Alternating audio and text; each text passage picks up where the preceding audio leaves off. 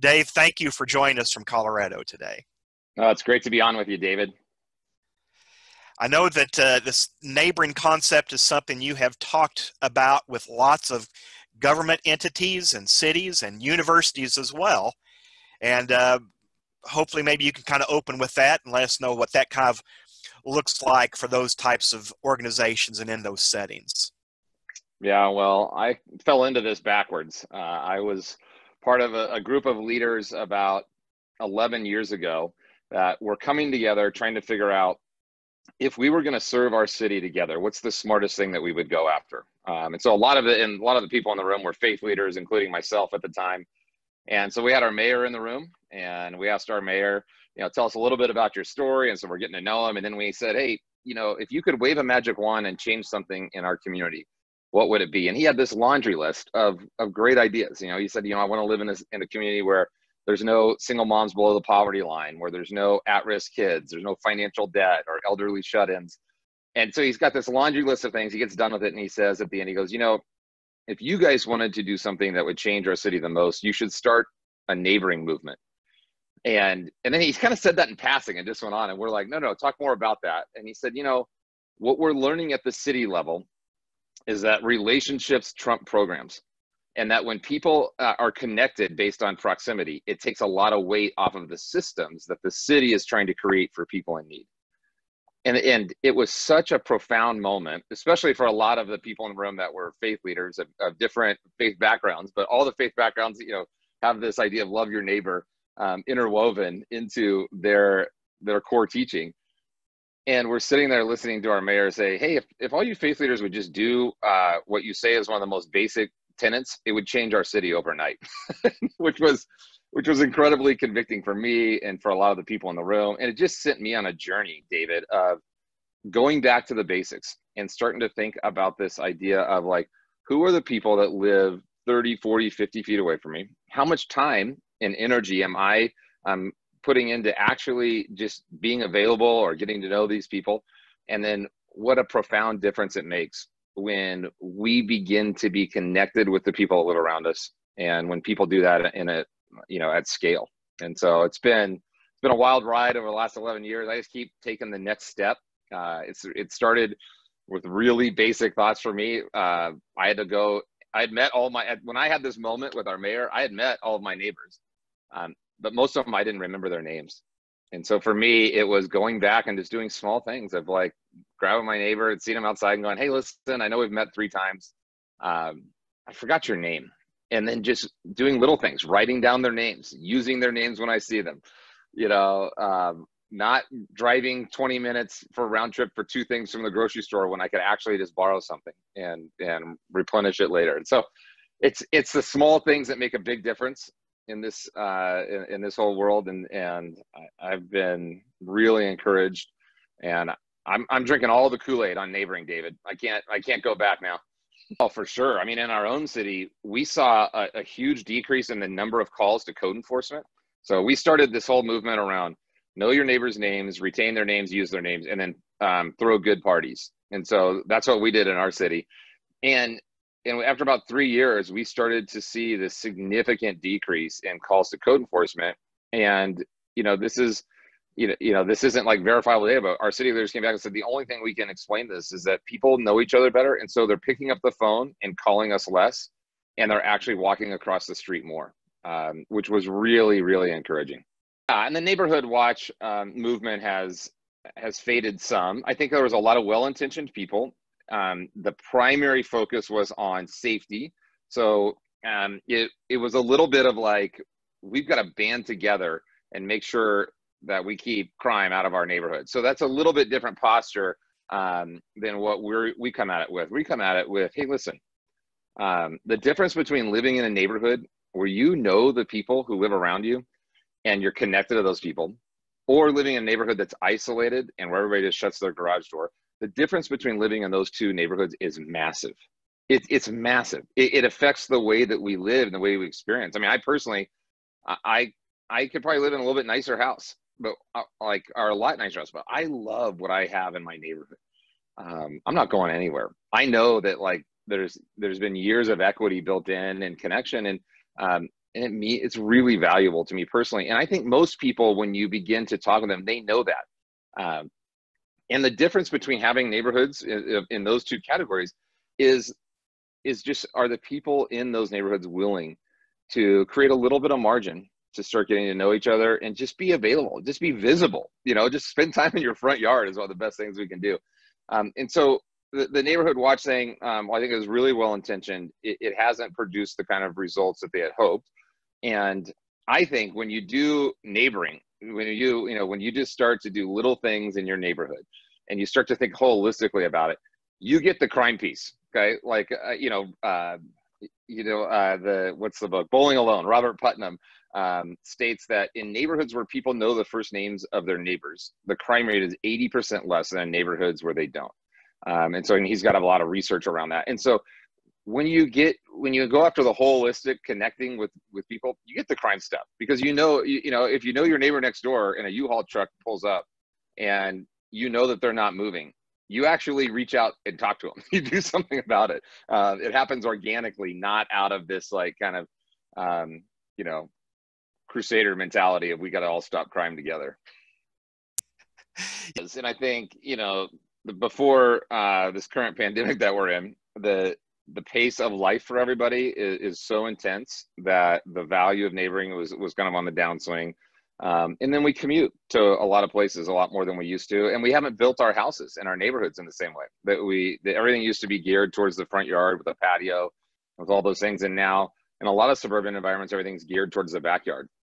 So there's a lot of different reasons over the last 30 years that kind of the value of neighboring has dipped a little bit, but there are some good signs that it's starting to come back up. And I think people want it. They're thirsting for it. It's something that they really miss. You talk to most people, they go, oh, I remember what it was like when I grew up. I wish I still had that. And so, and I see more and more people, a lot of what we're doing is helping people rediscover the art of neighboring. Yeah, well, I think because of some of the advances in technology, especially in the last 20 years, with the fact that we're all walking around with a computer in our pocket now, most people, when they leave work, they don't actually leave work. And so, and this has just kind of become a way of living is their work. People actually, when they used to leave work, they were done working. I know that's a foreign concept. So then you would be done working, then you'd come home and, and you weren't sitting there all the time checking an email, a text, continuing. And so there was this sense of, hey, when you're working hard, work hard. And when you're not working, don't work. By the way, I actually think that's the best way to live. I don't think like having the accelerator down all the time is real sustainable. But when you're never really off, it affects the amount of time that you have to engage with the people that live closest to you. And so margin's a big deal. My wife and I have talked about, and try to check each other and go, hey, are we living in a way in which we're actually interruptible? For a long time, I don't think my neighbors experienced me as an interruptible person, or somebody who is very visible. And I think those are two, and it's been rejuvenating for me and for my family. And it's it seems countercultural, and this has been one of the great gifts of COVID is more people have margin around their homes than ever before. I've seen more of my neighbors out everywhere you go. People talking. I've seen more of my neighbors, visibly seen them during this season than I ever have before. And so I think it's one of the silver linings is people have been able to connect just because they've been more visible and they've just been around more. And I lived like that for a long time. Because I think subconsciously I didn't want to get to know my neighbors because I didn't know what was going on behind that door. I had this bad feeling it was going to be messy. And guess what? Now that I've got to know my neighbors, it is messy. It is, but it's also beautiful at the same time. And so I just think, when you just get in your car and a lot of people will go, listen, I'm really into stuff going on at my local rescue mission or volunteering at this place or that place. And I'm like, that's great. Do you know there's real needs though? Like right outside your front door, you may live in a really affluent place. There's real needs. There's real people who you can connect with and make a difference in their lives. And so in my neighborhood, I've found that to be true. And for a long time, I just didn't even know what was going on because I wasn't very present.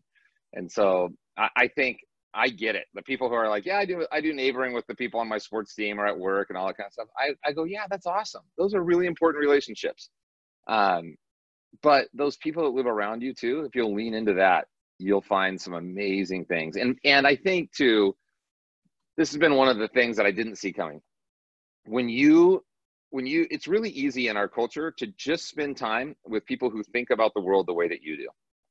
And I think this is why there's such a polarization right now in our culture. I think it's one of the most toxic things going on. The beauty of actually getting to know the people who live right around you is if you start getting to know people based on proximity, you're guaranteeing yourself that you're going to be hanging out with people who think about the world differently than you do. Okay. I mean, like I have been my one neighbor down the street, one of the people I'm closest to in my whole neighborhood. I mean, he is a raging libertarian, like all the way as you could ever imagine. And I don't have anything against libertarians or anything, but that's not who I am. But he and I talk about things, and we talk about the way that we view the world differently and get into things. But we're, at the end of the day, we're still friends. Like our friendship in what we have supersedes our differences about the way that we think decisions should be made about the economy or about politics or all that stuff. And I think that's what we need more of. I think that's what that's what we need more of in our world. We need people who are connected to each other, even though they have very different opinions about politics or the economy or how we should be handling issues with the poor.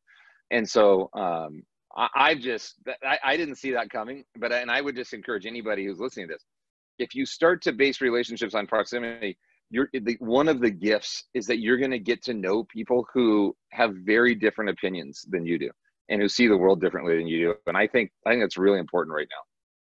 Like, here was where my wife and I started.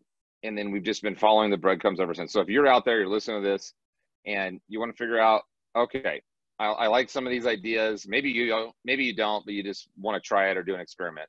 I took a napkin, a tic-tac-toe board, and in the middle, I put my house. And then those 8 squares around it represented the 8 closest households to me. And then I just sat there, and first, without doing anything, my buddy who wrote the book with me, Jay, he did this, like, he goes, hey, we're all going to do a test. So here's my test for all the listeners, okay? You think about your house, then you think about the 8 closest houses or apartments or ranches, wherever you live. Think about the 8 most logical ones, and then just write down the names of the adults in those 8 places. And I remember doing this for the first time. I'm sitting there and I had that moment. I could write down both adults' names in 2 of those 8 boxes. And like I said before, I had this moment. I'm like, oh no, I've met all these people.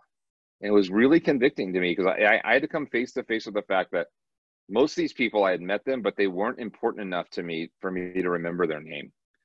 And so I put this little napkin up on my fridge, and I started to have some of those awkward conversations of just, admitting to people I didn't know their name. And I could have looked it up online. I could have gone and checked out their mail. Although I think that's illegal. But like, there's something about having a face-to-face interaction with people, of admitting like, hey, I know we've met before. I didn't know your name. And then I did something really important. I started to write those down. So I wrote them down. I put them in a visible place. So now all of a sudden I went from, hey man, to hey Matt. That's a huge difference. Hey man to hey Matt it's massive. And then to just using somebody's name when you see them, and then it's just fascinating how it happens organically over time. You begin to just go, hey, did you see the end of that game? Did you could you have like 5 minutes? Could you help me just move something in my garage? I just need to move it from one side to the other. And all that stuff is really important to neighborhoods and to development, but it never happens if you don't learn their name. And so a big part of what we do is say there's great value in learning and retaining and using somebody's name. And this little tic-tac-toe board that you put on your fridge, and that's a great tool. And it gives you this visual of like going, how well am I doing in my neighborhood? And so for me and my wife, and for a lot of our friends here, and for the movement that we started here, this little simple tic-tac-toe board on your fridge was the secret sauce. And so, sorry, I went on a tangent there. I forgot how important that is. I wanted to make sure that we mentioned it. It's the quickest way to build relationships inside of a neighborhood. Like I'm one of those people that I go in trying to fix every problem, trying to serve everybody. So when I first started into this, I'm going to put on my little, super neighbor cape and start figuring out, oh, I wonder if there's a widow and on my block, and if her fence needs, and that's all good. That's all really good and well-meaning. Even like, oh, I'm going to cook something and take it. That's important. Don't not do that. But if you're always in that mode, like real relationships are two-way streets. And so if you're always in the mode of, I'm the person serving, I'm the person like delivering stuff, and you're that person that looks like you always have your stuff together, there's a ceiling on those types of relationships. And it took me a while to figure this out. And just doing something small, like seeing somebody who loves their garden and asking, like, hey, if I was going to do a garden, if you're curious, like just asking for advice. My one neighbor's lawn, it looks like it's off of a golf course, and my lawn's right next to it, and it doesn't look like that at all. And so a while back, I looked at him and I said, all right, hey, tell me what's going on over here. Tell me what you do here that I'm not doing. And he just came alive. He started sharing. He's like, okay, January, I'm laying down this fertilizer here. I'm watering this many times. And he gave me an 8-minute sermon on how to like care for a lawn. And it was January to December. And when he got done, I remember thinking to myself, I didn't say this out loud, but I remember thinking to myself, man, that is totally not worth it. But I didn't say that out loud. I just said, I could see how passionate he was. There was an exchange happened just by me asking about something he's passionate about. And that same thing happens, these little exchanges happen when you ask to borrow something, that you need, instead of going and spending $40 on it at Home Depot when you're only going to use it once a year, or whatever it is. And so what you just touched on there, David, the art of receiving is huge. It's huge. And I think for some of us, if you find yourself as one of those people who you're always the one serving, you're always the one taking the initiative, like that's good, but maybe take the initiative to invite somebody to meet a deficit that you have in your life, instead of always, thinking I've got to be the one with the answers. You'll be shocked at what the payout is. So I'll tell you about a couple experiences from my neighborhood.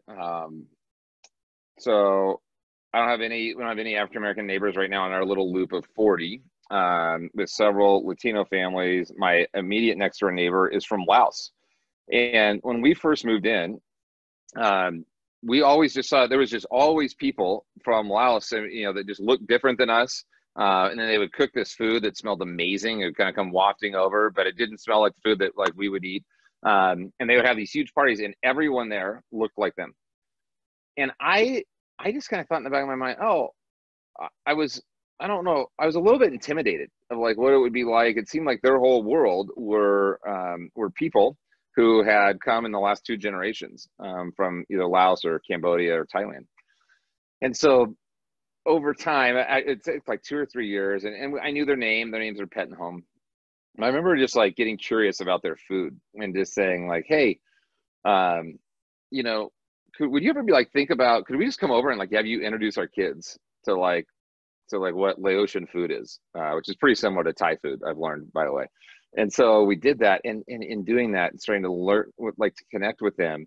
And then we started to ask about their story. It was an amazing story of actually coming over at the end of the war, and how they actually ended up in the Denver metro area. It's unbelievable.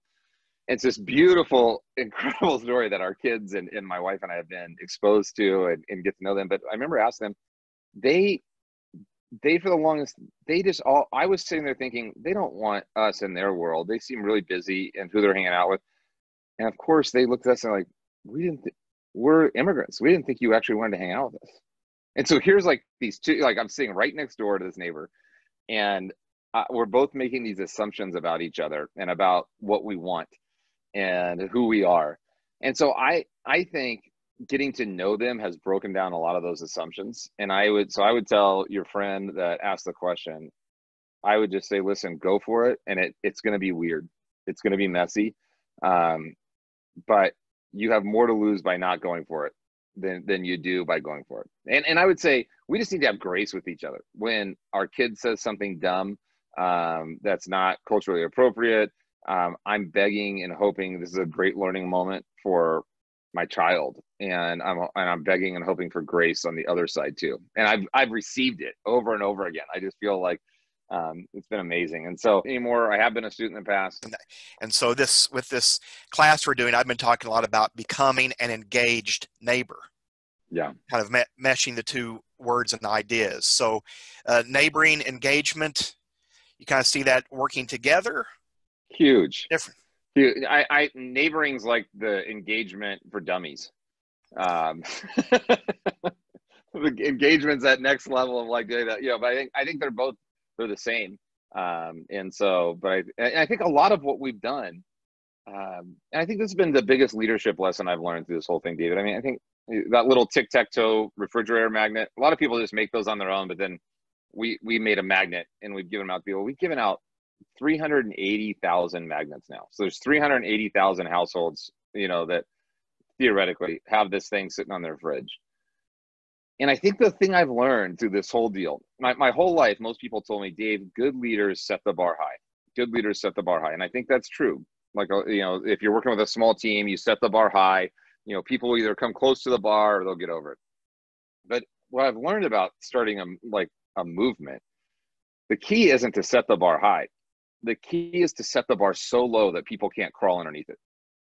And it's so like, we didn't come into this neighboring thing saying we're going to start Crime Watch and do all, and we're going to like start a massive block party movement. We just came into this thing saying, hey, would you just be willing to learn and retain and use your neighbors' names? I mean, we set the bar that low. And when you set the bar that low, it's shocking. The number of people that'll do it goes through the roof. And what we got lucky with is we set the bar low, and the learning people's names, it's a Trojan horse to get them to do all kinds of other stuff. Because, learning a name is like stepping on a moving sidewalk. You kind of learn that name, and then all of a sudden, all these other things start, all these other dominoes with some of your name. Some of my neighbors are just busy. I learned their name, and they just kind of go on and live pretty secluded lives. But you learn 8 of your neighbors' names with some of those people, you're going to start a domino falling that's going to lead to a lot of other stuff. And so that's why I just keep going back to the name thing. Like, yeah, the hard thing in neighboring, it's the key to neighboring is being willing to lean into some mildly awkward moments. So it's mildly awkward to invite somebody over for the first time. It's mildly awkward to ask somebody about their lawn or their garden. It's mildly awkward to admit that you don't know somebody's name. But those, if you're just willing to lean into those mildly awkward moments, the payout on the other end is massive. And so that'd be my encouragement. There's a movement called